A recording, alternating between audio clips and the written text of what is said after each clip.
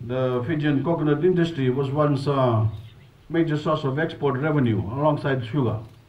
It employed thousands of rural and maritime farmers and workers and brought in much needed foreign exchange. In the 1950s, copra production was more than 40,000 metric tons a year.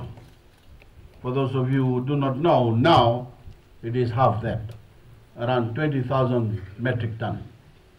This decline has been attributed to an increase in low-yielding trees, the decline in copra prices, the high production and freight costs, and the inability of the industry to adapt to changes in technology and the global market.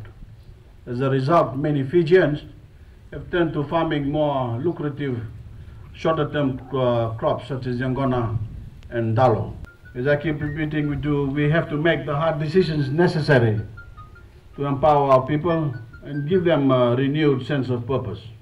Our vision is to improve the lives of many thousands through the development of the coconut industry, and we believe that with the right support and smarter approach, together we can once again make this a viable commercial industry.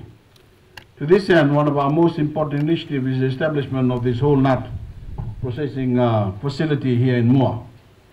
This facility, hosted at the Taveuni Coconut Center, will operate as a small to medium commercial enterprise, provide jobs, and contribute to the local economy.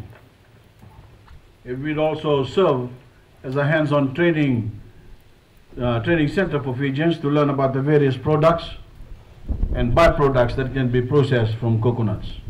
We want to demonstrate, ladies and gentlemen, different ways that coconut can be used to earn a living, as has been explained by Permanent Secretary of Agriculture, so that Fijians in rural communities have an additional strand of income.